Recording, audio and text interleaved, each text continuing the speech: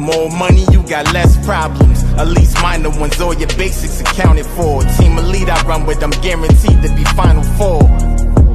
Less money, you got more problems. More money, you got less problems. At least. All right. Good evening, Albany community, and welcome to Back, bringing Albany community's knowledge.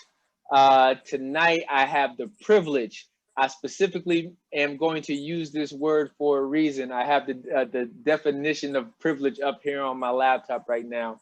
I want to focus in on that. I have the privilege of interviewing Angelo Justice Maddox, the world Albany. You know him as Mr. Just himself, King Just. Welcome to the Back community, brother. Peace. Thank you for having me. It's an honor to be here, man. So I'm just thankful that you asked me to come on, and I was more than happy to do it. Okay. Listen, man, without a doubt, it was a no-brainer for me. Like I said, when I look around the Albany community, and I see people who are making or paving their own way, I watch you start something there, and I believe you posted something recently about the total amount of years you've actually been running your business there. But yeah, so to see someone put the love, the passion and the energy into it, and to see it come full fruition, I had to bring that positivity here. And I also wanted to tap into you because you have something unique on a word that everyone talks about right now, and it has everything to do with fashion and style. But you've added your own little twist to it, and I definitely want to talk to you about your S.W.A.G program and what that means, and what you like to do with that program too. So I was coming for you one way or the other, brother. One way or the other. No doubt. I love what you got going on with this podcast, if you will, but it's definitely dope and it's much needed, man. So I'm glad to be a part of this positive thing that you got going on, man. So this is definitely dope. So I commend you just the same, man, for just starting this and initiating this whole thing that you got going on, man. It's peace, man. Okay. Well, I respect it. Well, listen, man, Albany community, I'm gonna get right into it with Just, because I know he's a busy man, and I want to make sure we get the opportunity to really tap in to his world, his mind, and see what his views on Albany are. So I'm gonna hit you with the first question, Just. My first question for you is unofficial.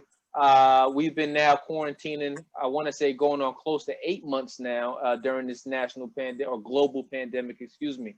How have you and your family been doing with the quarantine? Have you guys been doing anything creative to get through this time? How has COVID-19 affected you and your family, sir? Well, for the most part, my family's been handling it a lot better than I anticipated. I thought the kids was going to be going crazy. I thought my wife was going to be going crazy in the midst of all of this. And surprisingly, it's been, we've been handling things well. We've been able to manage our way through this whole process. And on top of that, one of the things that I learned, like even when as an entrepreneur, people that was like, yo, this is the time that we're going to be indoors. I actually stepped on the gas and started a lot of different other things in the process of being in quarantine. So, that made this whole time when everybody was just in closed quarters and behind closed doors, made it even more of a opportunity for me to just step on the gas in a lot of other ways and do some things that, I might have already been tabling to do. And now that I had that window of time, it made me seize the opportunity. Good. That's a smart man. My pastor says that he's been saying it this entire pandemic, brother. He's like, listen, if you come out of this the same way you were when you went in it, you've been doing it all wrong. You know what I mean? So I've seen so many of my friends, family members start their own businesses during this time period. COVID also gave me, like I said, the opportunity to go ahead and jumpstart something I've been sitting on for 2 years. And I'm just like, you know what? Hey, listen, now you got the perfect opportunity to go ahead and do it. So shout out to you. Congratulations, because I can only imagine what those other blueprints you're putting together and what you've been cooking up. So shout out to you for staying creative during the quarantine process, because it's affected so many people differently. But I'm happy to hear that you've had a productive and positive spin to such a negative event. Yeah. Yeah, it's definitely been challenging, man, in so many different ways, man. But I welcome the challenge. I recall actually when they first told us that we had to close our doors, and it was just all about making a decision from the jump. I was just like, I'm not gonna let COVID knock me down or stop me from doing what I'm doing. I'm saying that was the first thing that came to my mind when they said, yo, you gotta close your doors. You can't even do business. And I would have never anticipated that this would happen in this way. And I think that goes for all of us. None of us could have anticipated that we was going to be in shut doors, and that everything that's been happening in 2020 that has happened would happen. But be it as it may, we had to just roll with the punches. And that was one of the first things that I thought, like, yeah, I done been through too much to let COVID stop me. You know what I mean? Nice. From doing what I got to do. You know what I'm saying? And taking things to the next level despite of the circumstances. Okay. I hear you, brother. I hear you. And before I get a chance, and I might miss it, so I'm gonna make sure I don't miss it. Can you please explain to me swag, brother? I would love to hear your definition of swag and your spin that you have added to it. Break down swag for the Black community. Well, SWAG stands for succeeding with attainable goals. Now, in life, in order to be successful, we have to set goals for ourselves. Success is just, I think the best definition of success I heard came from a man by the name of Earl Nightingale. And I always backpedal to his definition of what success is. And he said that success is the progressive realization of a worthy ideal. So everybody has worthy ideas in which they seek in their mind, but when you are working towards those ideas and achieving those things on a daily basis, then you can consider yourself as a success. And success is a continuous process, because you might achieve a goal one day and then it's time to go off to the next thing, you know what I'm saying? And then move on to the next thing until, you have no more breath in your body. The success sweat or the swag that you have continues on, and you continue to build your success as well as your swag on a daily basis. And swag as a word, your confidence and your charisma and the way that you handle things on a day-to-day basis continues to grow. It's like a muscle. You continue to work out, you continue to succeed with the attainable goals, it gets stronger, it gets better, and your levels of success increase. So That's where the whole concept of succeeding with attainable goals, or swag, comes from. And the program that I started, actually, it started from a whole different direction, because I kept seeing that youth coming into the store. They didn't have, they would come into the store with speaking in ways that was crazy to me, because they and presenting themselves in ways that was just like, yo, this can't be happening. Where young men and young women would come in unprepared, unready, but still asking for a job, on a regular bit, almost daily. They would come almost to the effect, it got as bad as some youth. I remember a young man came in the store and said, "You niggas hiring?" And I'm like, "That's crazy." For a job. Yo, and you coming into a place of it, or trying to get employment from this establishment, and coming in with that language, like, and they had a lack of soft skills. So that was that was really the driving factor that I wanted to approach or attack, and with the SWAG program. And then it just developed into other things, but mainly I wanted to focus on giving our youth some soft skills, because you can have all the hard skills in the world, but if you don't know how to speak, know how to shake hands, know how to look people in the eyes, know how to write a resume, all of those things, then you already behind the 8 ball, and so to speak, and you behind all the other people that's competing for a job or a career.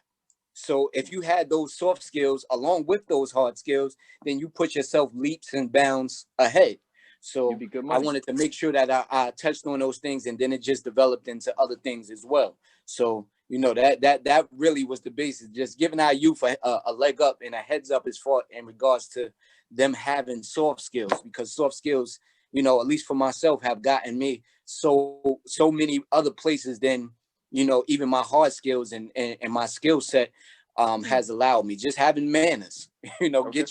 gets you very far. So, you know what I mean? It opens up doors that otherwise wouldn't be open. Okay. Okay. Listen, and you said it in a way that could not have been said any better. Given and spoken from the swag man himself. I'm gonna pause this for 1 second. I forgot to take this thing back off.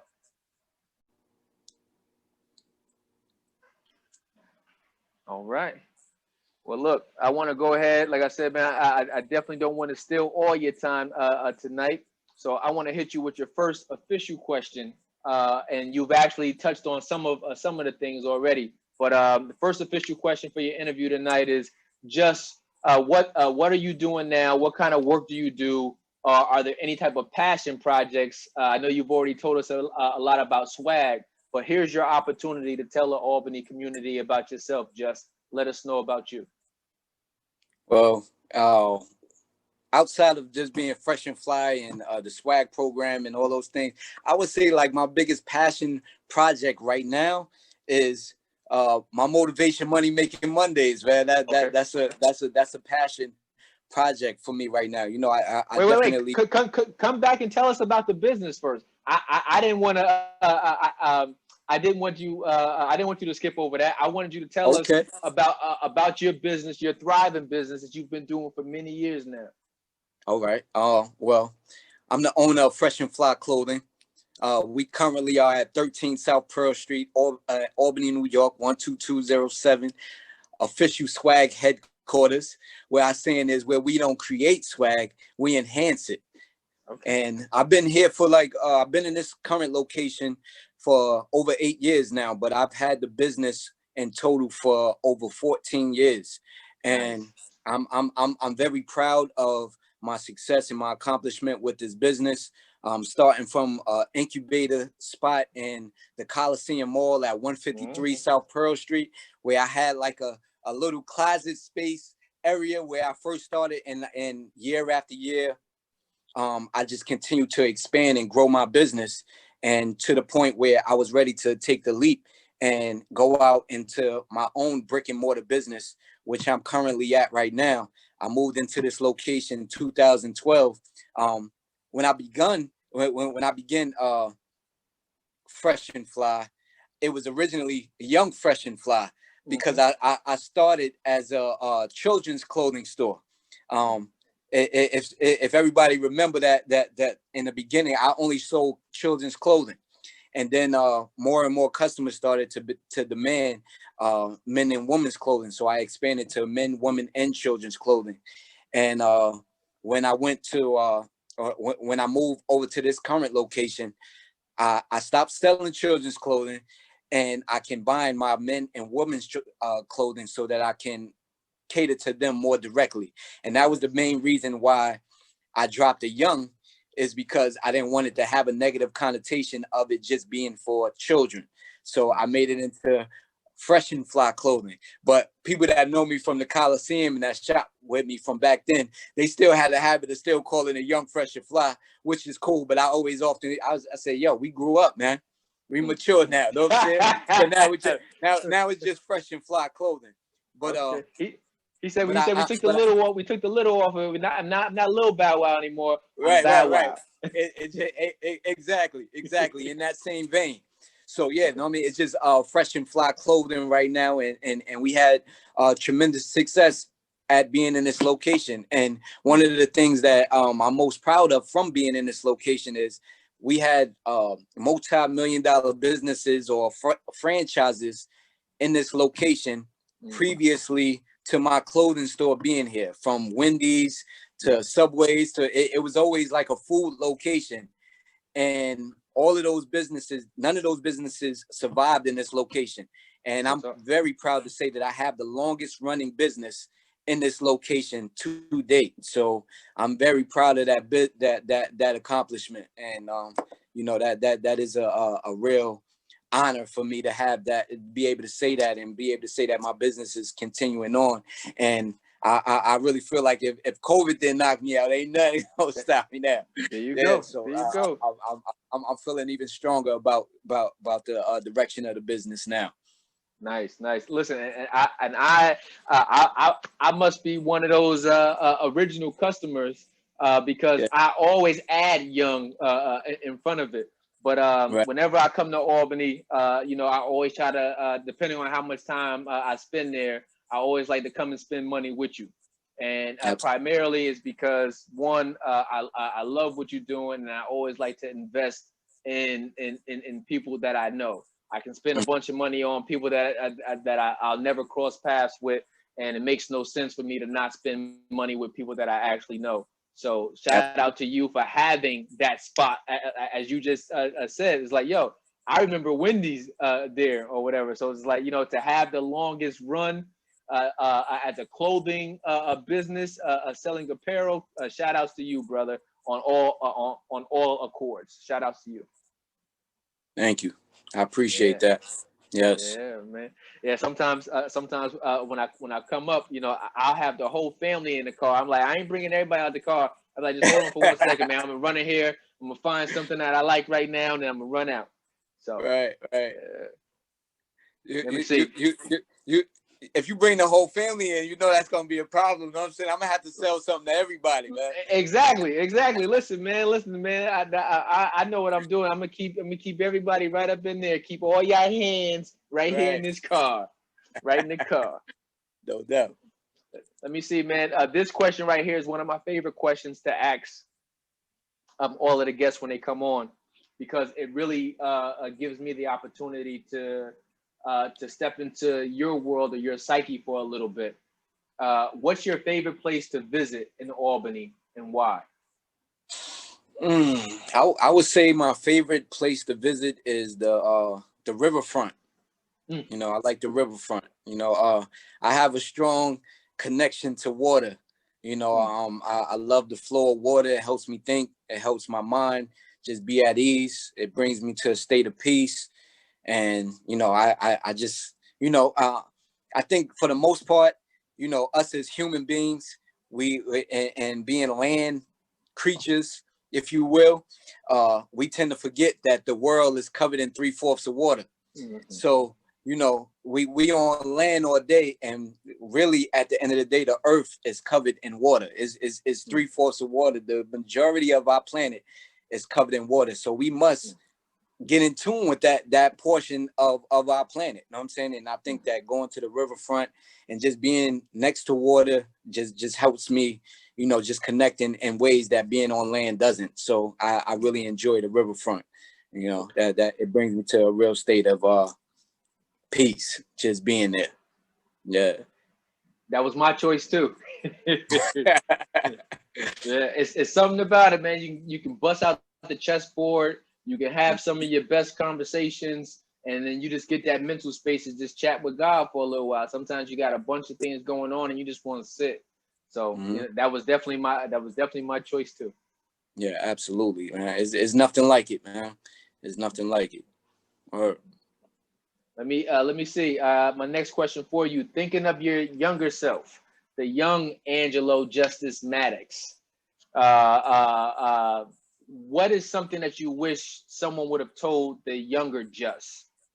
If you were able to go back in time now, what is some wisdom that you wish someone would have imparted on the younger Just?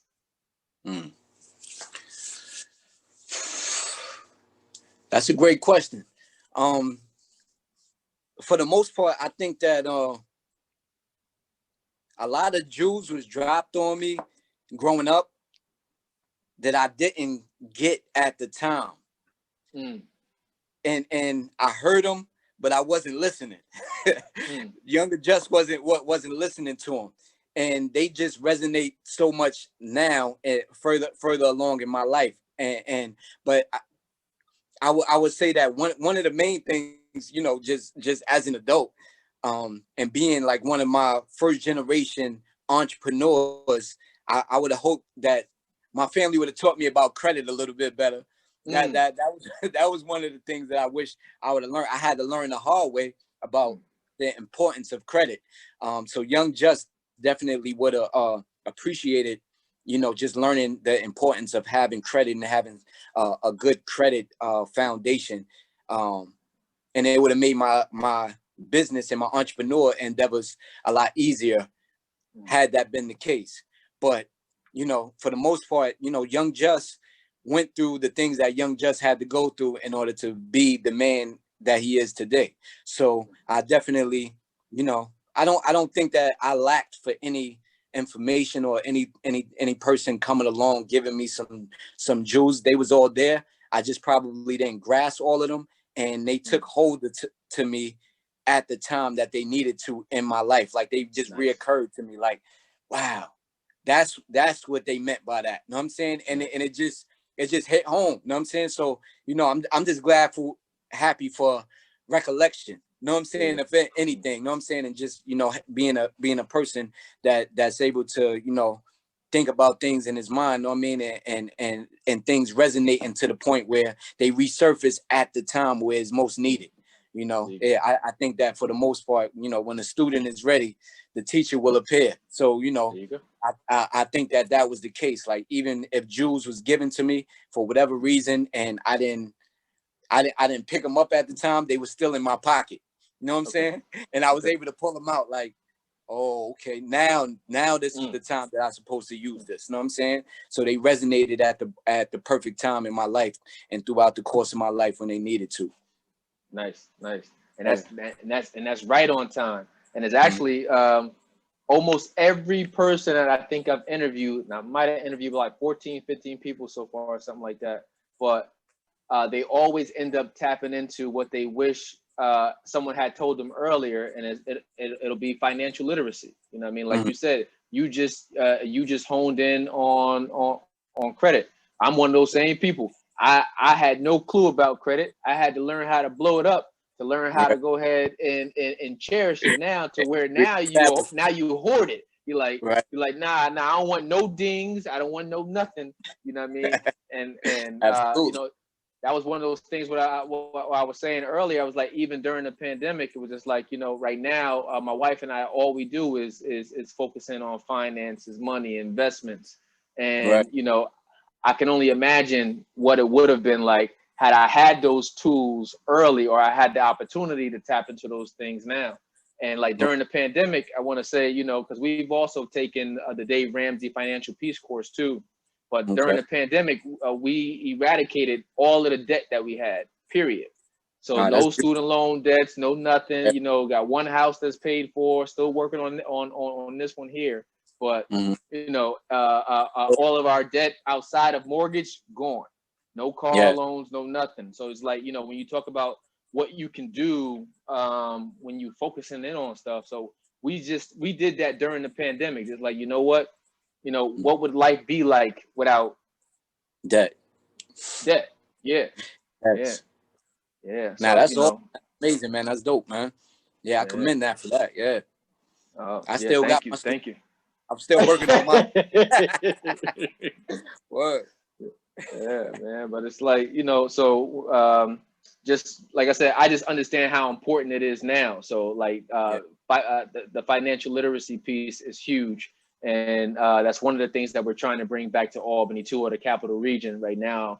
We're working with a potential funder to do financial literacy for families and youth in Albany right now through my fraternity, Beta Pi Lambda up there. So I mean with the Alphas, my Beta Pi Lambda chapter. So, but yeah, we'll see. Okay. We'll see. Definitely keep me posted, man. I would like to involve myself in any way possible, man, and be a part of that movement. Okay. Yeah, listen, man, we might have to cut. You're gonna have to come out. You're gonna have to come out of HQ, and you're gonna have to bring the SWAG school to wherever we are, so that way you can connect with the population that we trying to connect with too, brother. We got you covered. Absolutely. That sounds about right. Yeah, okay. Absolutely. Well, let me. Swag trappers. Let me see, man. You did touch on. I know you were saying about your school, and that leads me to my next question for you too, though. Do you think education saved you or opened up doors for you? Why and why not? Why or why not? Well, definitely education opened up doors for me. I think, like, for the most part, uh, just being educated and going to school up here changed the course and direction of my life, because it gave me a focus. It allowed me to actually just stay focused on a certain skill and area of study, and it definitely aided me just being around all of those other young minds that was participating in higher education, coming from all these different backgrounds, and being able to be in that midst. It was like, going to college is a beautiful thing if you really are open and have a mind to understand that whole establishment as a whole, because you have so many young minds that the world hasn't tested or touched yet. So everything is free. They like children, older teenagers, but children. And some is older, because I was older at the time. But they are so free thinking, because the world really hasn't affected them in a way yet, to the sense that, they haven't had to really pay any bills or had to be out on their own for the most part in many other cases. So their minds are just thinking so free. And I just love the energy of that, and just reconnecting with those people in later times, and just seeing how, all of them ended up in their different careers, and just being on that path of higher learning actually aided me tremendously in business today. For example, I wasn't a business major. My major was psychology, and being a psychology major actually aided me, if not more, just as much as my business courses, to do what I do. And anybody that I come in contact with that I impart entrepreneur wisdom on, I always tell them, like, yo, psychology is a key factor of doing business. Because in business, who are you going to be doing business with? Humans, and psychology is the study of human behavior. So if you interacting with humans, you have to understand how humans operate in order to, bring value to them, and actually bring value to them to the extent that you want to make a profit. So that's the whole basis of business. So, being in school definitely and gaining that education aided me tremendously, and I wouldn't, have liked it in any other way. The way that my it went down that way in higher education. Right. Okay.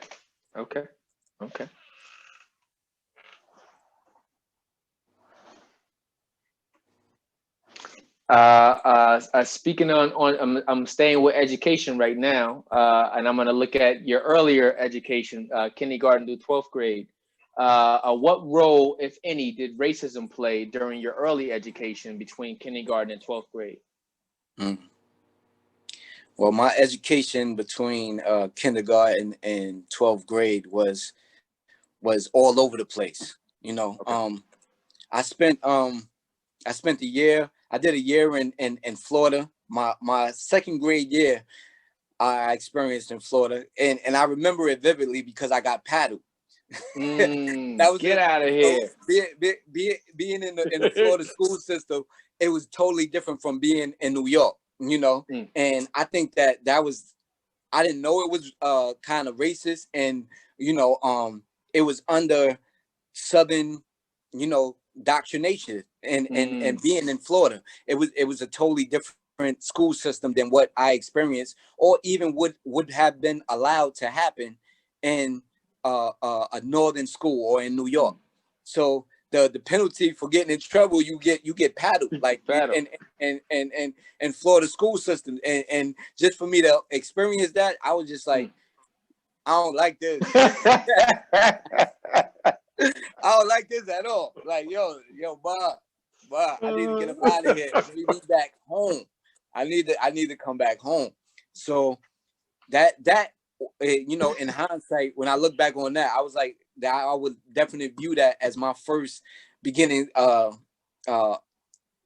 understanding of races and racist systems and how they play out even today, even from just being from the south to the north and how things function. It was more outwardly there, like, you know, you'll get treated like you was less than immediately, more so there than here, where it's more covert here. The other experiences that I had, you know, the majority of my schooling took place in Brooklyn, New York, and I went to high school in Manhattan. And the only time that I had a real change in the way my education from 12th grade to kindergarten to 12th grade also happened when I was in junior high school. In 8th grade, I actually had my first connection to Albany school systems because I kept on getting into fights in school, and my mother said, my aunt and my mother covertly had this little discussion behind my back and said, listen, I want him to finish 8th grade in Albany, New York. And this is my first experience in Albany. I was in Brooklyn, New York. I went to 113, and during the Christmas holiday, my aunt came to visit us in Brooklyn, and my mother said right before she left, or a couple days before she left, like, I think you need to pack your stuff because you're going back with your aunt. And I'm like, huh? So I came back with my aunt, and I finished my junior high school in 8th grade. The school system was a little bit different than it is now because it was 7th and 8th grade that was junior high school. And I finished junior high school at Livingston. And when I came to Livingston, and I started in January, and my first experience, because in Brooklyn we didn't have not one white student in our school, not one. And when and I seen the tremendous difference of the school systems coming up to Albany, where it was integrated, you know what I mean, for lack of a better expression of the word. It was integrated, and on top of that, you guys had pools in the school. That blew my mind. That blew my. I was like, yo, y'all got pool in your school?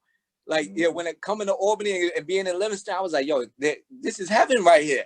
Like, yo, I had never been in school, especially junior high school. You go to gym and you get to go get in the pool. Like, I'm like, yo, this is everything. I thought I thought I made it. I felt like Fresh Prince when he went to go live with his uncle in Bel Air. I was like, yo, I'm in Bel Air right now. You know what I'm saying? And just to have that experience really opened my mind, and it really allowed me to see, because my aunt and my uncle, they was the closest thing to the Huxtables for me. Nice. You know what I'm saying? You know, living in Brooklyn, lived a single parent home. My father passed away when I was 4 years old. So, you know what I mean, just, you know, not having that dynamic there of having a household with a mother and a father, and then coming up here and living with my aunt and my uncle, they was like the closest thing to the Huxtables to me. They had dinner at the table. You know what I'm saying?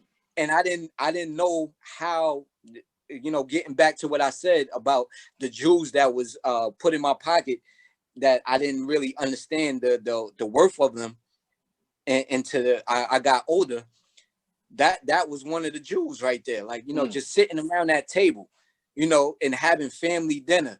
Like that in and of itself changes the whole dynamic of and demonstrates what a family is supposed to be like, and everybody voicing their days and how their day went, and you know, you see an interaction between the father figure and the mother, and the kids getting to express themselves and talk about all the things that's going on in their lives, and it's like, you know, this is how a family is supposed to function.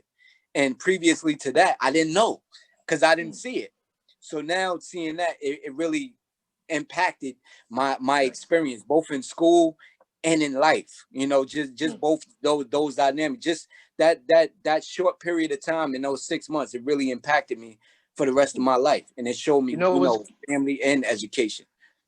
You know what's crazy is like they what they say is like one person's trash is another man's treasure, right? Mm-hmm. And what you just said was like something as small as being able to come up to Albany from Brooklyn Mm-hmm. and being able to see a pool in the school, you know what I mean, had you turned out, right? But imagine, you know what I mean, it's like a bunch of us, you know what I mean, like Albany's a lot smaller, we got a lot more space Mm-hmm.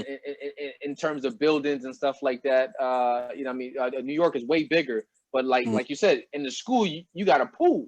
You know what I mean? Mm-hmm. A pool is a rarity in New York. It's like even staying at a Right, fly hotel, be like, you got a pool? Now you gotta go next door or whatever. right, You know what I mean? right. So just to hear how that dynamic impacted you, it's just like it also makes me. It led me to like how we have so much Mm-hmm. that we don't take advantage of or we're not thankful for. Not to say we don't have some messed up stuff too, but Yeah, absolutely. imagine how that dynamic just changed. You just like, I got a pool. Listen, yeah, I'm going to gym. Y'all ain't going to gym. Y'all bugging. I'm going to gym, man. I'm going Straight to up, pool. You know every what I day. mean? That right, Yeah, exactly. yeah.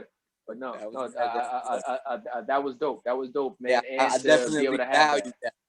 Yeah, I definitely value that, man, for sure. Mm, mm, I still to this day like I get excited just thinking about it. Like you know, had the basketball court. I could see it vividly like it was mm, yesterday, for mm. real. Real talk. Yeah, man. Because it's like,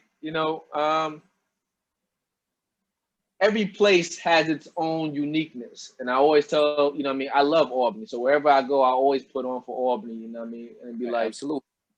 but you know, imagine if we learn how to take advantage of those small things. You know what I mean? Mm-hmm. Because that's a win, man, to be able to expose yourself to the pool.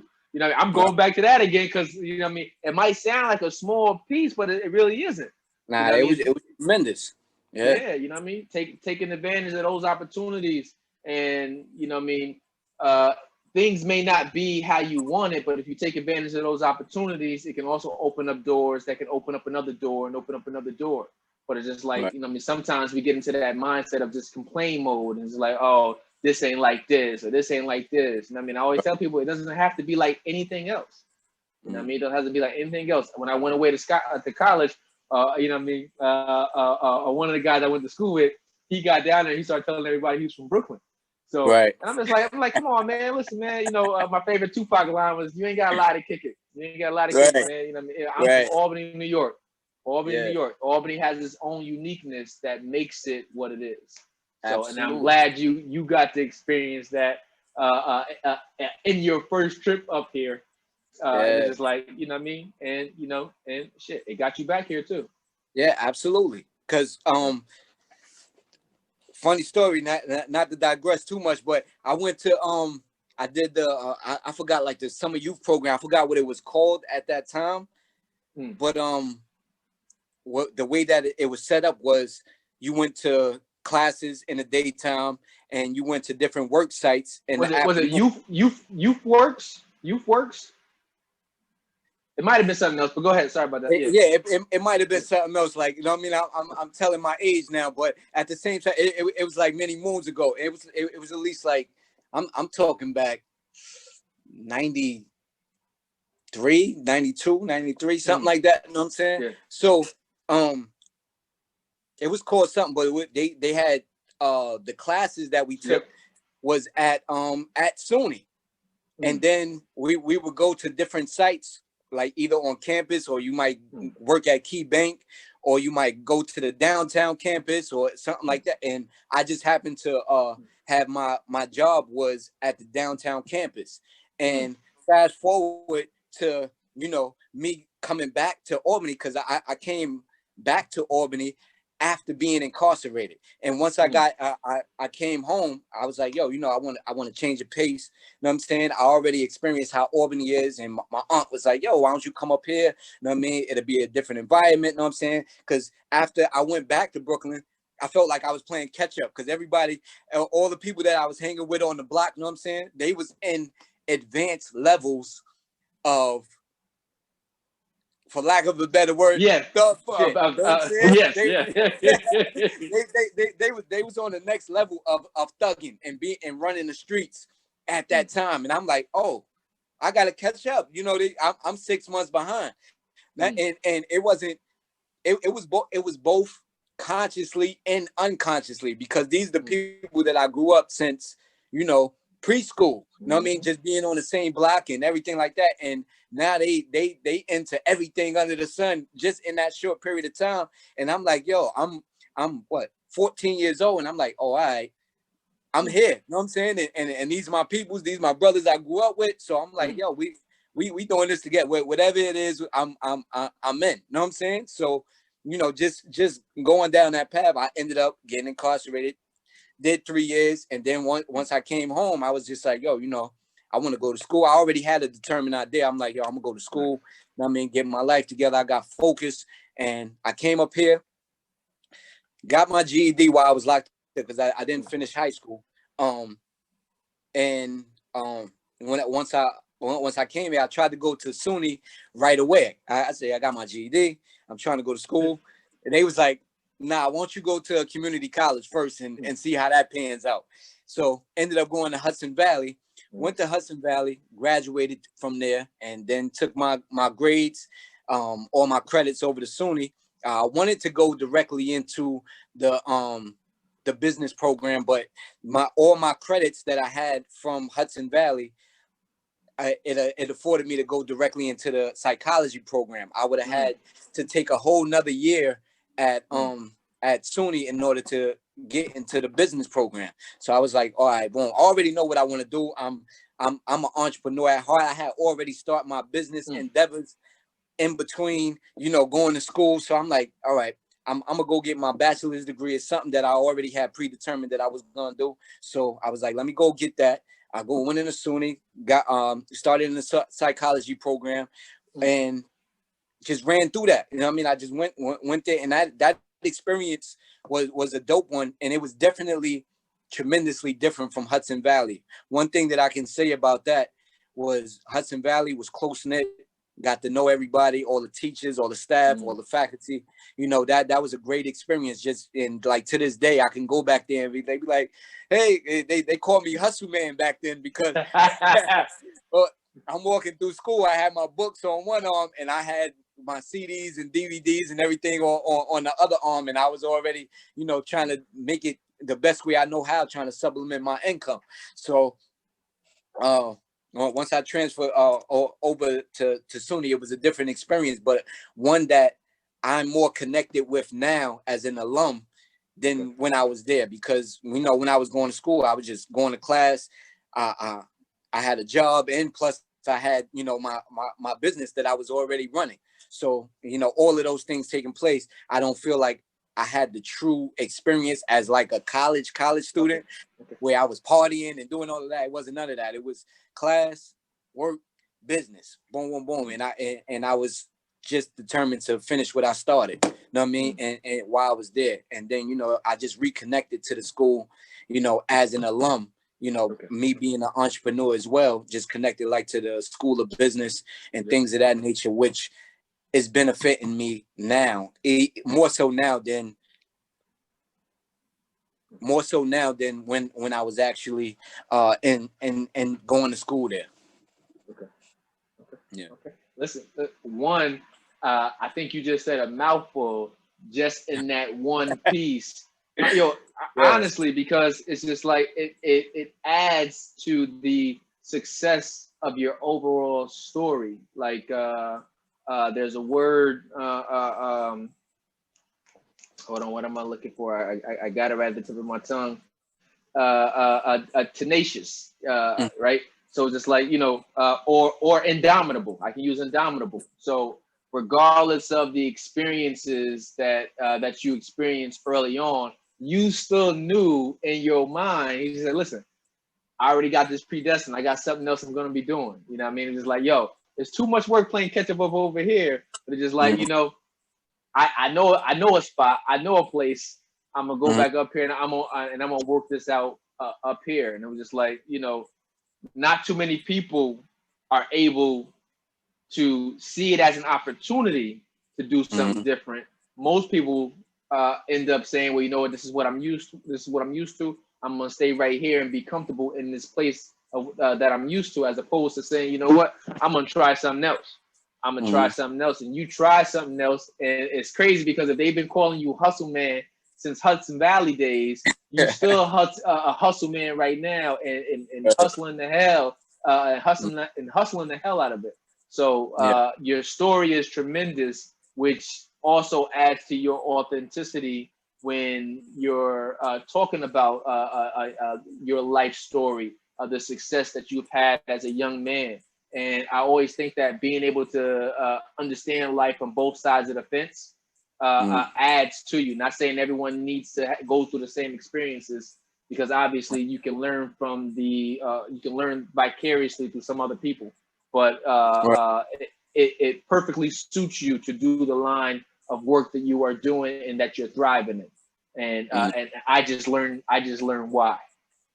Yeah, absolutely. Yeah, because it's crazy. I think my first time meeting you might have been through Markeith and them. I'm not 100% sure, but I think so. I think my first time meeting you was through Marnum. Yo, Markeith is my guy, man.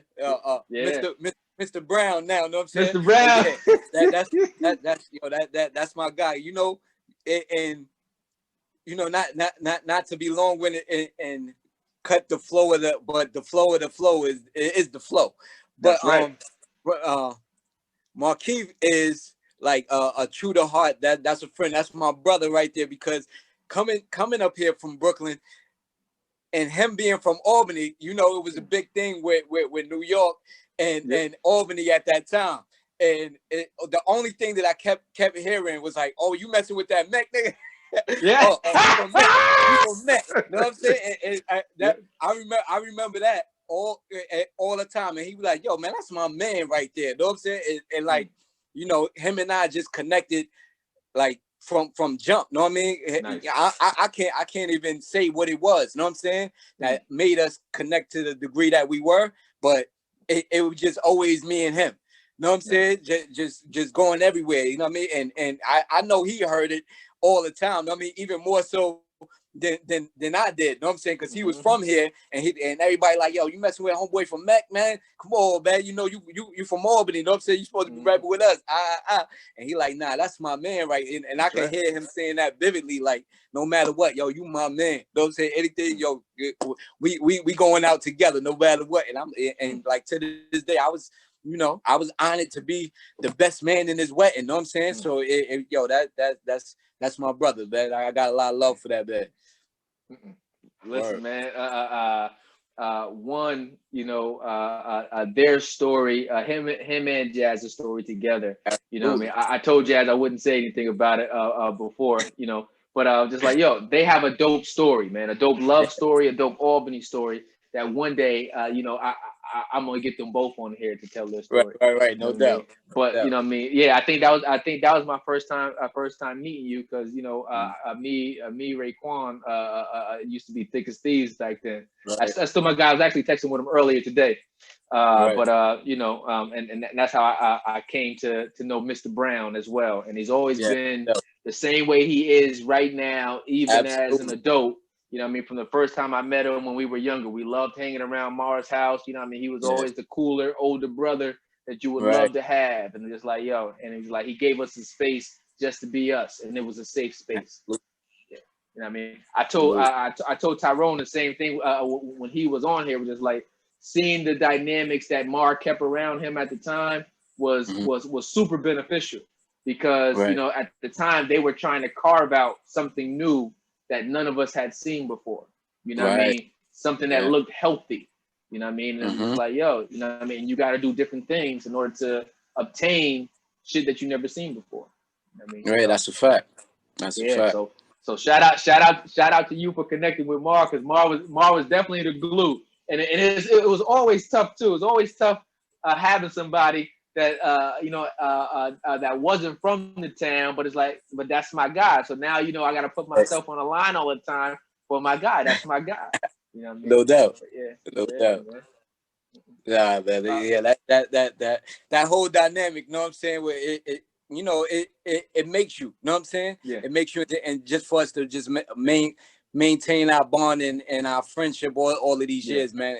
It's just definitely a testament to, his realness, my realness, and just, the bond that we established and created, just from jump. Like I said, man, like from 8th grade, you know what I mean, to now. So, it's a treasure. You know what I mean? Just having friends like that, man, for real.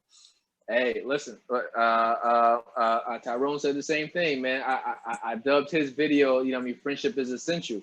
And he talked about how, how fruitful those relationships were to him at a time when he moved up here from Queens, I think.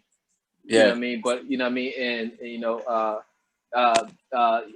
that close knit of friends, you guys' relationships, you know what I mean, how essential it was to his own development as a person.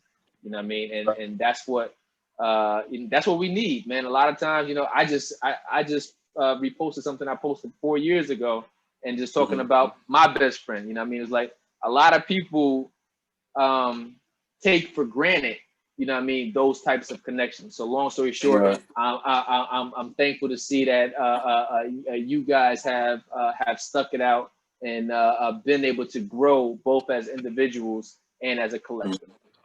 Right, absolutely. Yeah. Well, let me see. Go ahead. Nah, I was just gonna say, like, you know what I mean? Like, it's funny because I cannot talk to him for like 5-6 months, and then, you know what I mean, we see each other, and it's just like we never left, you know what I'm saying? So yeah, that's just a testament to how true and real our friendship is. So you know what I mean, it's dope, man. Just having that and being able to say that you have real true friends in your life, you know what I mean? It makes a world of difference, man. Yeah. My first time bumping into Mar in years was at the funeral. I came up for Sweeta's funeral. And it was too crazy. He was like, yo, Rel, man, I be texting you from time to time. I was like, listen, if you texting me, you must be texting my old 518 number. I ain't had that number since 2013, 2014. You know what I mean? I changed that as soon as I got married. So he said, yep, I'm damn sure texting that number. But then we exchanged the proper numbers since then. But man. Yeah. But let me see. I'm actually gonna your relationship with your friends there and with Mar. I'm also gonna tie that into my next question in regards to the Black community, right? The Black Lives Matter movement isn't just about police brutality. It's also about dismantling systematic racism. If you were in charge of mobilizing the Black community here in Albany, what are your top 2 to 3 goals you would like us to tackle?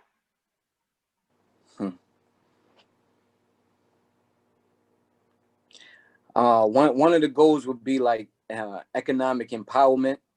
We all have to start doing for ourselves and make sure that we have our own economics and pooling our resources to use them better within the community.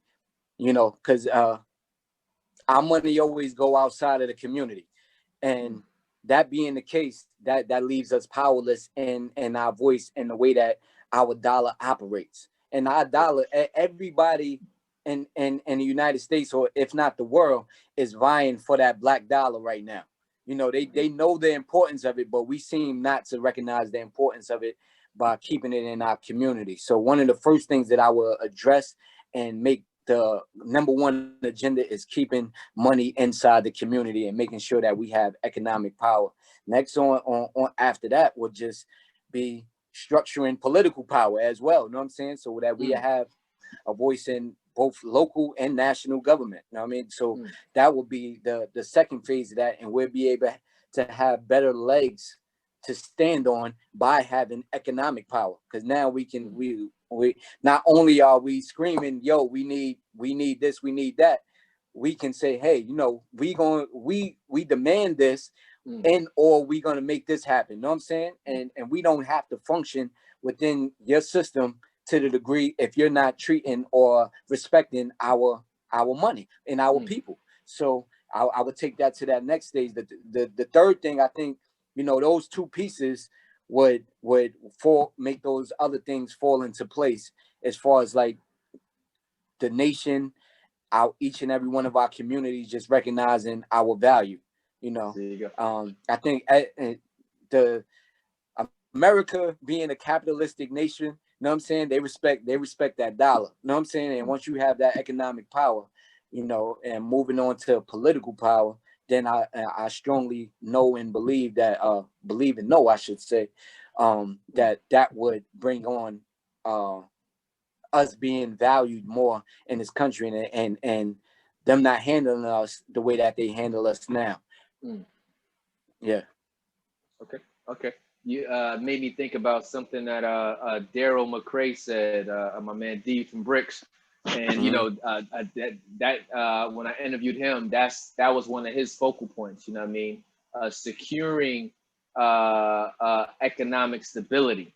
You know what I mean? It was like a lot of times we end up waiting for some outside force or waiting to get some grant money. He's like, Tyrell, imagine what we could do if 100 of us just gave $1,000. You know what I mean? And just like, yo, you know what I mean? For some people, you know what I mean? It's just it's pennies in a bucket. You know what I mean? But imagine if 100 of us just gave $1,000 to go ahead and start to build our own collective, our own funding source, where we didn't have to go, hey, you know what? I want to go do this picnic. Can you guys give me $600 for it or whatever? You know, I'm just saying something random, but just like, you know what I mean, to be able to establish that type of establishment. A lot of people talk about, you know what I mean, like the Black Chamber, you know what I mean, but I know him and his group, that's what they're working on behind the scenes, because we have so many different things, so many different areas that we can improve on as a city, as a Black community, but like I said, as a city all together. It was like, you know, I grew up in Albany at a time where it was it wasn't like, right now it feels like it's bare bones, man. It's like, you know, there was so much to do if you go downtown. There was so much to do if you went uptown. It was like, right now in a lot of areas it's ghost town, and we'd be like, yo, you know, I can't wait, and I know it's coming, you know what I mean, but I can't wait, you know what I mean, for us to get out of the current period where we are, where it's just like, you know, people thinking that shooting is the norm, and you know what I mean, it's like not wanting more for yourself is the norm, because it's not the norm.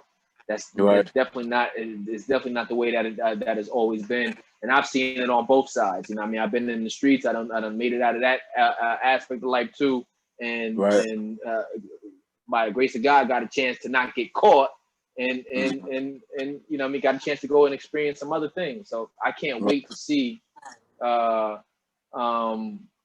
us rebuild that there in Albany, because it's a lot of dope people in Albany, which is like why I'm highlighting a lot of the people there in Albany now, because some people will be like, oh, you know what I mean, it's not positive. It's tons of positivity going on. It's in pockets. That's a fact. You know what I mean? It's in pockets, and for safety reasons, a lot of times there's no real place to go. You know what I mean? Because, you know, there's no real nightlife or scenery for young Black professionals, and it comes sporadically. But you know, we have a lot of dope people there, and it's just like, yo, you know what I mean, people get a chance to hear about you. Just it's like a lot of people probably know you, because they definitely probably come to shop with you too. But it's like, just to hear your mind, to hear the types of things that you want for the city, and it's just like, you know, we got so many people that think just like you. And it was like, imagine being able to collectively get all of those people together and to start to rebuild that. We don't gotta wait for, as my last interview, as I interviewed Juan Cancer. He said we gotta stop waiting for, you know what I mean, the superhero to come up to save our communities. We gotta save our communities. Yeah, and we have the tools. We got way more knowledge, way more money, way more exposure than we've ever had. You know what I mean? But you know what I mean, trying to convince the whole is so much more work than, you know what I mean, just doing it ourselves. You know what I mean? It definitely got to take place, you know, probably in smaller groups, and then it branches out to bigger people, and more people catching on to the actual movement of putting those actual programs in place, because everybody is not going to jump on board. There's a lot of different, you know, just from my time in Albany, I done seen a lot of different dynamics happen, you know, and bear witness to a lot of different things happening. But for the most part, like I see it, like Albany has been very good to me. You know what I'm saying? I've enjoyed my stay, my experiences here in Albany. It has been one that I consider Albany like boot camp. You know what I mean? You learn all the ups and downs of, you know, whatever trade or career that you into. And if you choose to go outside of it and take those skills somewhere else, then you've already been trained properly to do that anywhere else and be successful if you have properly honed your skills. So I mean, I love the city of Albany. It definitely has been a tremendous benefit to my life, my business, my whole career as a whole, you know, being here. And I just feel like different programs just need to be implemented amongst the people, and people just need to stick to it. One of the big things that I feel like has made me successful in business is just consistency. You know what I'm saying? I think that for the most part, a lot of things start, but don't finish out. No matter, you know what I mean? You got to stick through it throughout the hard times, and when things seem like they all gonna fall apart. I mean, we need those individuals that's a part of that organization or that group to stay true to the mission. The mission, if the mission is this, if this is the mission, if we, pardon me, if the mission is the mission, you know, and we on that path, then we need to stick to it. You know what I'm saying? And just work through the hard times, and whether or not things didn't go exactly as they was planned to go, you know, that's just part of the ups and downs of things. We got to work through them, you know what I mean? And just stay on course, because, you know, nothing that's good is going to happen overnight, or, you know what I'm saying? Or that's going to change is going to happen overnight. We just got to stay through the mission. And that's how things always happen in other senses. Like, you know, people I see, like, they have 5 and 10 year plans for the development of downtown Albany. You know, being a business downtown has afforded me to sit on boards and, you know, be a part of other organizations, like whether it's the alumni board of directors at SUNY, or being a board member in a downtown improvement organization. I see how they have 5 and 10 year plans for Albany and the way that it's gonna pan out, and they stick to them, and you don't see, you know, to the lay person that's just existing in the town, they might don't understand and see how the process is taking place, but it's happening. You know what I'm saying? And me just being aware or seeing the finished product of what the plan is, and me seeing the steps that's being taken, and seeing the actual development of those plans being executed, it makes me aware of, like, yo, it's not a short-term goal. It's really a marathon run. You know what I'm saying? It's long-term, like, you know, and we have to stop being short-sighted in that sense of thinking that, yo, we gonna receive or achieve our goals in 6 months or a year or anything like that. Like, yo, it might take 10 years to get to where we want to see these organizations, and us really exercising our economic and political power, whether it's in the city or any city for that matter in the United States. We got to see through the process. And if we stay mission orientated and stay on that course, then, you know, it should be nothing that deter us. You know what I'm saying? We just got to stay consistently on that mission. You know what I mean? And it takes time. You know what I mean? It's a process. You know what I mean? And all of us that's skilled in different areas just have to be allotted those different tasks within that group or organization, so that we can actually see it through. And then, you know, that those your tasks you got to follow out, and you got to make sure that you stick to it until it's accomplished. Okay. Let me see. This is a question that touches my heart. You know, one, living down here in the DC metro area now for the last seven years. You know, before COVID, I'll probably still get up to Albany pretty often. But right now it's few and far between. But sadly, Albany has seen more and more violence, and our communities has experienced a lot of loss over the years. What changes would you like to see? Just what is your hope for the city? My hope for the city is that the gun violence stops.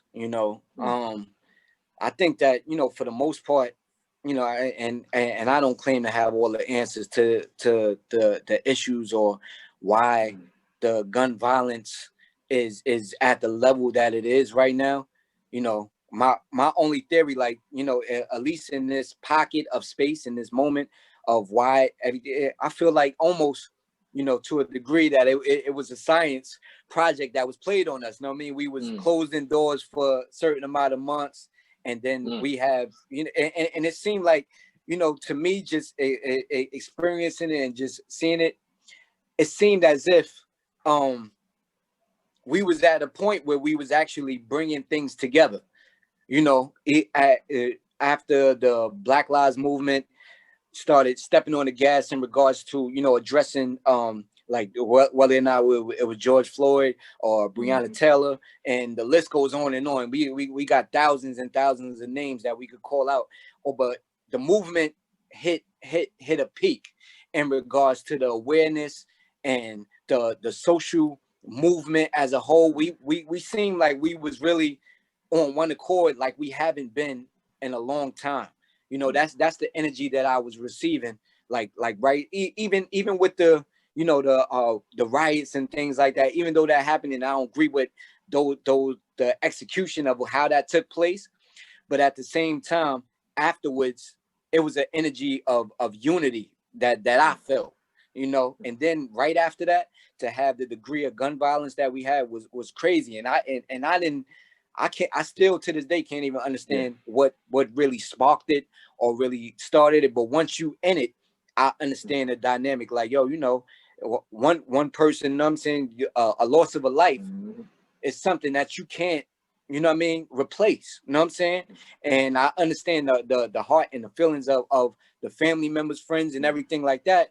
It gotta come to a hope with that either bigger person to be like, yo, know what I'm saying, this stuff got to stop because we on a spiral to self-destruction, and that's exactly what it is if we don't get a hold of the gun violence. You know what I'm saying? My theory in regards to gun violence as a whole, especially in the urban communities, the Black communities, is a big part of it is social media, and my analysis of it. I analyze it like this.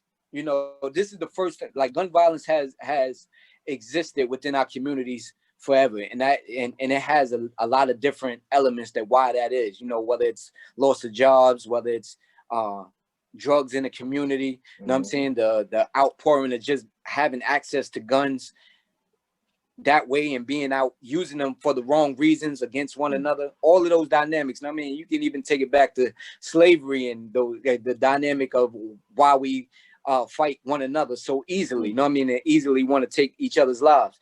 But presently, you know what I mean, the dynamic that we're dealing with, like with social media, is we never had this take place in our lives before, like having this social media and being online. Whereas, when we was kids, you can have a one-on-one fight, you know what I'm saying? And it's just between you and whoever was there, you know what I'm saying? And, you win, lose, or draw, you can go on the next day, you know what I'm saying? And then, you just deal with that and you just move on. Like, now you got World Star. You got World Star. You exposed to the world now. You know what I'm saying? And everybody want to put you on camera, and there's no more community in that sense of like, yo, y'all gonna shoot a fair one, and that's gonna be it. You know what I'm saying? And that whole dynamic plays on our youth's mind, whereas they like, I don't want to take an L. You know what I'm saying? I'm not taking no L like that. You know what I'm saying? Where I gotta, contend not only with you and the people in my community, I gotta contend with the world now. You know what I'm saying? And I'm not going out like that. So that plays on our youth's mind and to a tremendous degree. You know what I'm saying? So that being the case, you know what I mean, that leaves them to think that the quick solution or immediate gratification to that is just taking it to the extreme. You know what I'm saying? To where I want to go pick up a gun or I want to go pick up a knife and not actually take the chance of having that one-on-one fight and taking the L. And I think that whole dynamic has to change. We got to make fighting, you know what I'm saying, or shooting a fair one, you know, a thing again. You know what I'm saying? Like, yo, that's commendable. You know what I'm saying? Like, yo, and, you know, and even though that should be a last resort where we, you know, using our hands or we fighting one another as a whole, but that got to be fashionable again, like to the degree where, like, yo, you know what I mean? Like, yo, we got to shoot a one-on-one, and both not just to you, but the elders as well. Like, yo, we got to all be on one accord with that.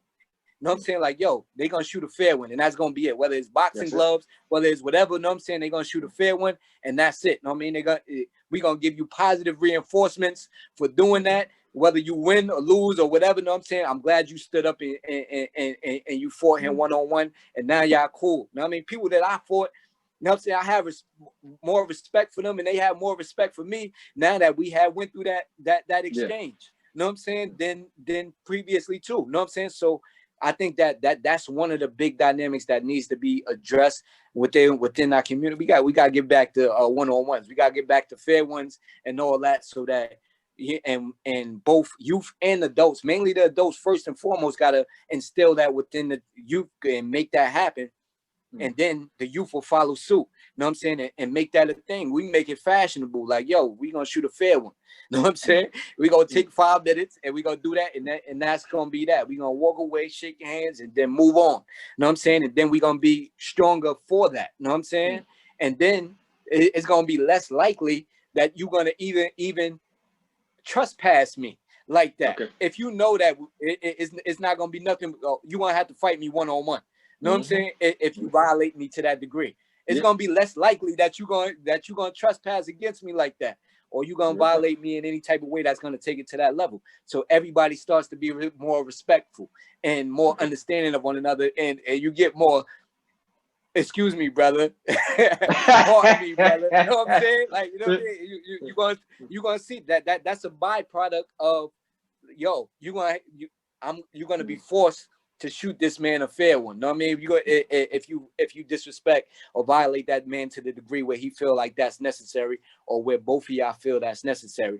And I think that has to be the social norm, and we got to make that fashionable, not only amongst in hip hop and everything. Because you know, hip hop plays a tremendous role in the violence that takes place, and you know, I'm hip hop. I love hip hop. But at the same time, you know, that has to take place on all of those different fronts where we start making fair fights and all that fashionable again. You know what I'm saying? Both in music, I want to hear more rappers and all MCs talk about, like, yo, we gonna shoot a fair one. Like, don't they? And I think that would drastically impact our youth, our communities, and everything as a whole. You know what I'm saying? But even with that, that's a process. You know what I'm saying? But definitely, you know, it's a necessary one. It's a very necessary one. You know what I mean? And I truly think that would solve a lot of the taking it to the extreme with gun violence and killings and stuff like that's happening in the community. You know what I'm saying? We need to get back to that. We got to reinvest in that. Okay. I actually like that. I actually like that approach, and I know the benefits of it. And you know, because one, like you said, man, if you've ever been in a fight, one, you're gonna know how tiring that thing is. You know what I mean? Listen, yo, you can be in a fight for all of 3 minutes, and I promise you, your body feel like you've been in the fight for at least a good half hour. Like, yo, man, I've been fighting this dude for a half hour. It had to be a half hour because I'm exhausted. But you know what I mean? It's just the adrenaline. Like I said, man, like you said, when you got to go through those processes, or that process, instead of, you know what I mean, this quick draw McGraw over here, you'd be like, now it's like, oh nah, you know what I mean? It ain't even worth it, man. You stepped on my sneaker. Oh, okay, it's cool. You know what I mean? We ain't, don't worry. It's just my sneaker. You know what I mean? Anger No management like a doubt. motherfucker. Right. Exactly. You start hitting them with the AZ, like, yo, my body different, man. I can't. I'm out the game now, man. My body different. I'm out, man. I'm out. Straight up. You know what I'm saying? It's a whole different perspective. You know what I'm saying? So yeah, you know what I mean? I think that would totally change a lot of the violence. You know what I'm saying? If you know that you can't jump this man, and you're gonna have to shoot this man a fair one, know what I'm saying? And you can't take it to then you know that change your whole mind frame. Like, yo, you know, it ain't that deep, know what I'm saying? Okay. I gotta move off for this, know what I mean? We got other things to address, know what I mean? And then we can move on in another direction. But that'll be a big piece, and I think that would tremendously change the dynamics of gun violence within our communities. Know what I'm saying? If that was made fashionable again. Okay. I agree. I got a homeboy who just told me recently that he doesn't even listen to rap music anymore. And I'm just like, and me and this dude would talk about music all day. You know what I mean? He was like, man, he said, "Real, I don't even listen to rap music no more." And he was just like, he's just talking about how, you know, listening to it always puts him in a certain in a certain mood that's somewhat traumatic too. You know, because sometimes music can definitely motivate you in a lot of ways. You know what I mean? Yeah. Let me see, man. I got about 3 more questions for you, Just, because I ain't gonna hold you up all night. And we good. We flowing, man. I'm loving the conversation, man. Listen, important one, man. And this is exactly how I used to get into trouble before, because like I said, man, when you have an adult conversation, like I said, normally all night I can just sit here with you all night, but I also want to make sure that I present your information in a reasonable format so that your message can get heard, because everyone's attention span isn't always, they'll be like, what? So you know, Absolutely. So absolutely. I try to chop it up to that. Let me see. I want to ask you this question, man. How has traveling or relocation impacted your life or your worldview? Traveling. I see it from 2 different perspectives. Going out of the country, like going to places like I want to say Dominican Republic or something like that. I seen how racism, I don't even want to say racism, but that's what it is. You know what I'm saying? In a sense, but it's even within our race. You know what I'm saying? Where we prejudice and we have internal quarrels within our own people. I say that to say, you know, just one of the experiences that I had, I was on the beach, and this was like right after the hurricanes, and you had a tremendous amount of Haitians coming over to Dominican Republic. And, you know, just to see the dynamic that the Dominicans who look just like the Haitians, you know what I'm saying? Like, you know, most of the people over there is my complexion or even darker than me, and they can pass for Haitian. This is neighboring communities right here, if you will. So you had the Haitians coming over here, and they just trying to earn some money. They like, yo, you know, we do give you manicures, you know what I'm saying? We do your feet, you know what I'm saying? Why you want a beach? And I'm like, all right, cool, no doubt. And I immediately saw how the Dominicans was like, nah, get out of here. You can't come in here, this, that, and the third. And I'm like, wow, I never really anticipated seeing that dynamic express and these are all my people, you know what I'm saying? I don't care if you Dominican, Puerto Rican, whatever, you all y'all look like me. We might speak a different language, but we all one people, you know what I'm saying, in my mindset. So, you know, just to see that dynamic, you know what I'm saying, was crazy, and how it takes place even within our own nationality, you know what I'm saying, or within our own race was an experience that I was taught very swiftly, and being in that setting. And then on the flip side of that, going to Toronto, you know what I'm saying, being in Canada it's beautiful over there, man. I love that city, you know what I'm saying? And I visited up there for Caribana quite a few times, and you know, previously too, you Caribana, you have all of these West Indian countries and African states and cities and people coming over from all over. Is like one of the biggest Caribbean, if not the biggest Caribbean festival in the world. So me just seeing that dynamic, and you have a lot of Africans that came from America that's over there as well, and just seeing that melting pot of us there and how we existed, and the people were just so hospitable, and everything is clean, and you see people from Ghana, you see people from Euphrates, and they all like different expressions of beauty. You know what I'm saying? Nice. Than I have ever experienced, and it was just it felt nothing short of home. You know what I'm saying? Just being over there and experiencing that type of energy. You know what I'm saying? And I even got a theory for it, because it has become such a melting pot, because, during slavery, Canada was if you make it over to Canada, you're free. You know what I'm saying? So I see how a lot of our people, even from that time, is over in Canada. You know what I'm saying? And have made it over there and are still there to this day. And you got so many different expressions of our race over there in Canada that has, existed there and thrived there, just being there. And the energy over there, just my experience was amazing. You know what I'm saying? I enjoyed it tremendously, and it definitely opened my eyes up to how rich our culture and our nationality, different nationalities are, within the race of being Black as a whole. Yo, that DR descendant. That DR and that and Haitian clash got real serious for us. My wife's Haitian, so so her whole family, you know what I mean, and my father-in-law, and he loves watching these videos. He was just telling me the other day, like, Ty, I love your interviews that you be doing. You know what I mean? But hearing that whole relationship between DR and Haiti, and think about it, you share the same island, but you have people that, you know what I mean, were taught to look at somebody else so differently, but we have so much in common. But like I said, absolutely. Talk about the traveling, or the experience of traveling. Just like, I've learned that, I have so much more in common with people that I think that I don't have in common. But if I take the time out to listen and put myself in a position to learn, I say I have way more in common with you than what separates us.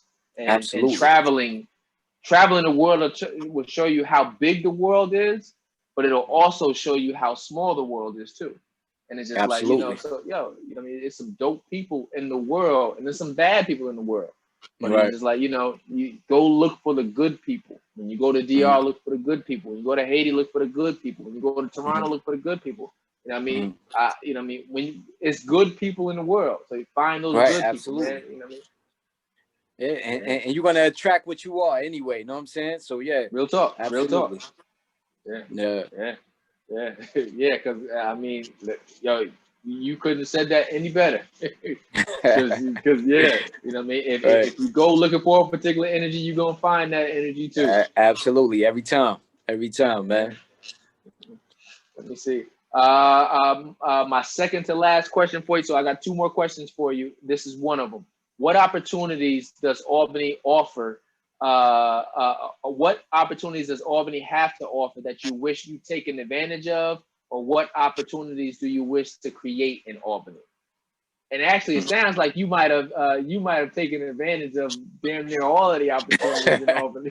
So, the opportunities that I don't just put them in Albany. I feel like the opportunities to do whatever it is that you want to do in life is everywhere. You know what I'm saying? Like, not just in Albany, but being in Albany has definitely allowed the playing field for me to seize the opportunities, in a way that may or may not have been harder anywhere else. You know what I'm saying? I don't know.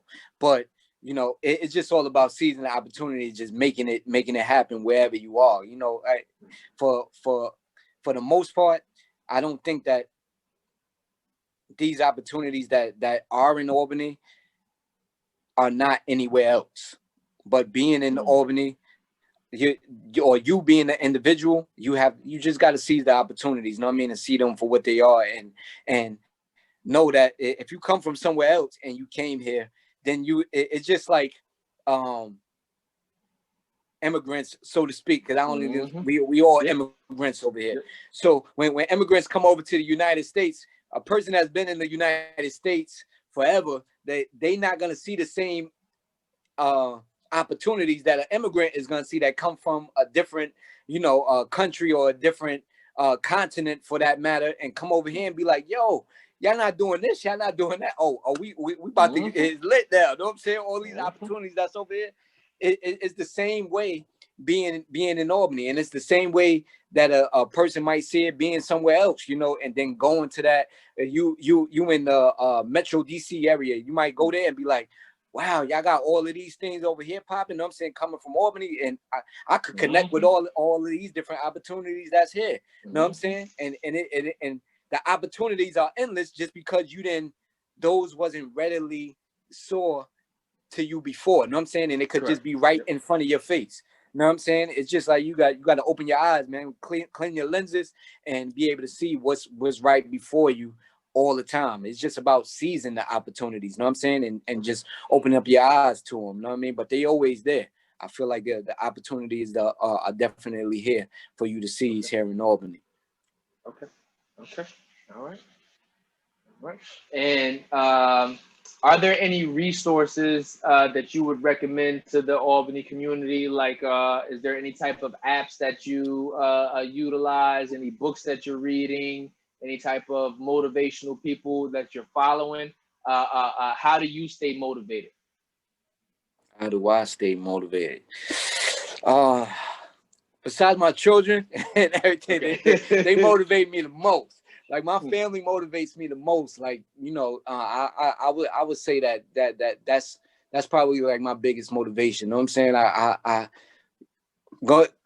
going back to, me saying that I lost my old king at a very young age. Just me being here and seeing my children and everything just grow up, you know what I'm saying, and being a part of their lives, like it's that's a tremendous motivation for me. Like, you know what I mean? Like just being able to speak wisdom to them, just tell them about my experiences and seeing them at the different stages of their lives. That's it's a tremendous motivator. You know what I'm saying? I look at baby pictures, then I look at them as teenagers, and my one that's in college right now. I'm just seeing him and just affording him the opportunity to work in my establishment. Every time he comes home from school and stuff like that, that's a motivation to me. That's tremendously gratifying while I'm on this planet, and at the same time it keeps me motivated to keep this thing going and to keep progressing in the direction that I'm going.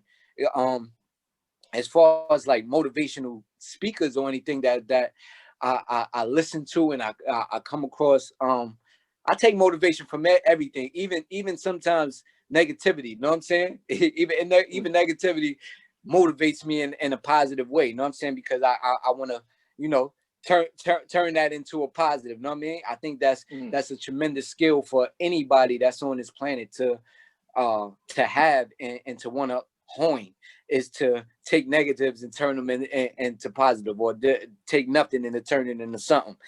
I like motivational speakers or teachers like Earl Nightingale. I listen to a lot of his speeches on a regular basis. Les Brown. I like TD Jakes motivates me. You know what I'm saying? TD Jakes, his lessons and the way that his style of getting across his messages is really dope. And it's really inspirational. And I take it back to like even Mandela and Malcolm X, who I feel like is my intellectual father. And all of those people, they motivate me tremendously and really has allowed me to develop the mentality in a way that my thoughts flow, and the way that I stay motivated to, you know, just keep pushing forward and to keep growing and to keep doing the things that I do. So yeah. Okay. Listen. So whatever combination that you have taken in, whatever combination that you have been utilizing is working, brother. And from one man to another man, I'm say peace, King, because one, you're doing an amazing job, and they say it's easy for us to create success for ourselves. The hardest part is creating success for other people. So Right. even just to hear you communicate how one of your kids is in school and in college, and on top of being in college, your kid gets to come to his dad's establishment and work, and also learn those soft skills that you mentioned earlier. You know what I mean? Right. How to communicate with people, how to communicate with people that live in your community, how to, you know what I mean? Your story was motivational to me tonight.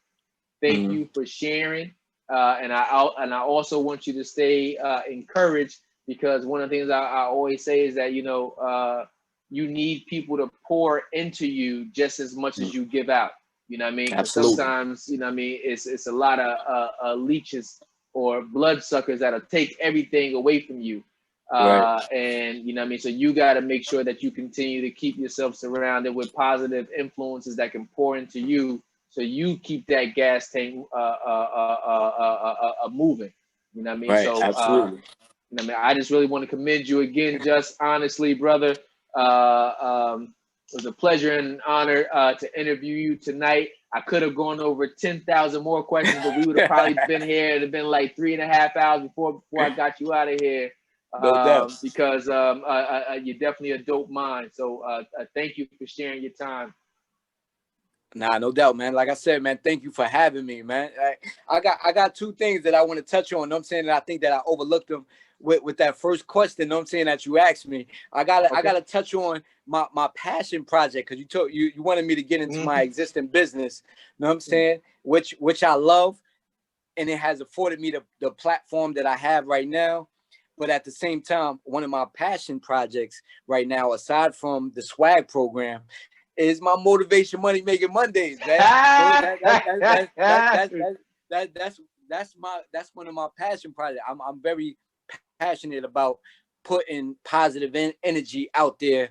You know, whether it's just not weekly, you know what I'm saying, and it happened organically. You know what I'm saying? I was just sitting in my car one day, and I was just, you know, got on, and I'm not that comfortable on social media, you know what I'm saying, and utilizing social media, but I had to build that comfortability, you know what I'm saying, with being on social media, and it was a process. It just happened organically, and it just developed. I've been doing Motivation Money Making Mondays for going on 3 years now. Every Monday, I've stayed consistent with putting out a Motivation Money Making Monday, touching on different topics, whatever, you know, is on my spirit to talk about.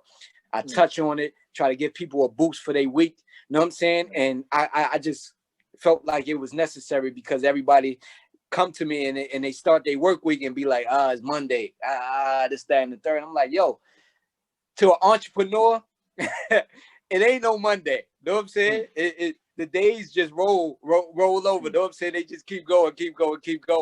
And technically, this is the second day of the week. You know what I'm saying? Sunday is the first day. You know what I'm saying?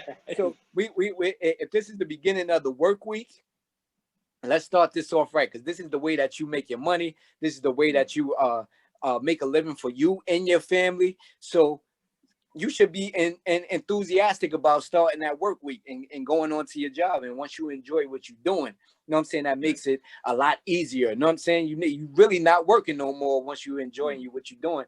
You're doing it with passion. And that's the passion that I put into those Motivation Money Making Mondays. You know what I'm saying? So it's that is really like a passion project. And it keeps me on my toes too, because I'm definitely a person that want I have to live what what I speak about. You know what I'm saying? If I put that energy out there and I say like, yo, this is what it is. You know what I mean? I touched on language. This past Monday, what language are you speaking? You know what I'm saying? And it wasn't mainly about it being Spanish, French, or something like that. But what language are you talking to yourself? Are you giving yourself positive reinforcements, or are you connecting with people positively on a daily basis? And just to finalize my thought, just yesterday, I had a young man come in here, and he wanted to purchase a ring. You know what I'm saying? And I have costume jewelry and everything like that I sell within the store. And it was part salesmanship, but it was 100% truth, because he picked the lion, and he was like, yo, you think I should get this one? You know what I'm saying? And I'm like, yeah, you should get that one. You a king, ain't you? You a king, young man. You a king. And he was like, yo, like the expression that he had, like his shoulders went up. You know what I'm saying? And his head was held higher just by me saying that to him. And I wasn't even anticipating that response. You know what I'm saying? I would just, like I said, I was halfway selling, but at the same time, I was being 100% truthful. I was like, yo, know what I mean? You're a king, young man. Know what I'm saying? And it was like I breathed life into him. Know what I'm saying? And he was just like, yo, no doubt. Know what I'm saying? Yeah, let me get this. Know what I'm saying? Yeah, it like his whole energy just went up like 110%. Know what I mean? Just from me saying that to him. And I was just like, yo, you know what I mean? That was just like a real, it was something small, but I know that he gonna take that away and be like, you know what I mean? I'm a king, you know what I mean? And had that in his mind, and he gonna be able to walk with that. You know what I mean? So it was just a powerful moment that resonated to me. And if you're not paying attention to those actual moments, you might miss them. But at the same time, just being aware, you know what I mean? And knowing the power of words and what you say to one another and how you exchange words with one another is very powerful, man. So just in the same frame that you said, peace king to me, I'm gonna say peace king to you, because you definitely a king, know what I'm saying? And I just love conversing with kings, know what I mean? And just building each other up in that way, know what I mean? Because once we live up to that and we have that in our minds that we are kings, we begin to walk and talk and live better, know what I'm saying? As that. So it's important, man. So that's powerful like that, bro. Okay. Wait. That was number one. You said you had two things. So what was the second one? That was the second. That was the second one. Piece. Oh, you know what I'm saying? Okay. That experience with that young man was the second thing. You know what I'm saying? Gotcha. The first thing was the motivation, money making Mondays. Gotcha. You know what I'm saying? Gotcha. Me just touching bases on that and making sure that I speak about what my passion project is, or one of them that is out on the forefront. Gotcha. And secondly, you know what I mean, just to speak about that experience, because that experience really, connected to what I was saying as far as like with language and just seeing it actual and an actual experience like that. Just it hit home for me. You know what I'm saying? And I just wanted to just expound upon the importance of, speaking life into one another. You know what I'm saying? And how, especially our youth, because, what I mean, he might have not never heard that. He might have heard that in different songs from different people, but the feeling that I got from when I said that and I seen his reaction, I don't think that he heard that from another black man that he actually respected. You know what I'm saying?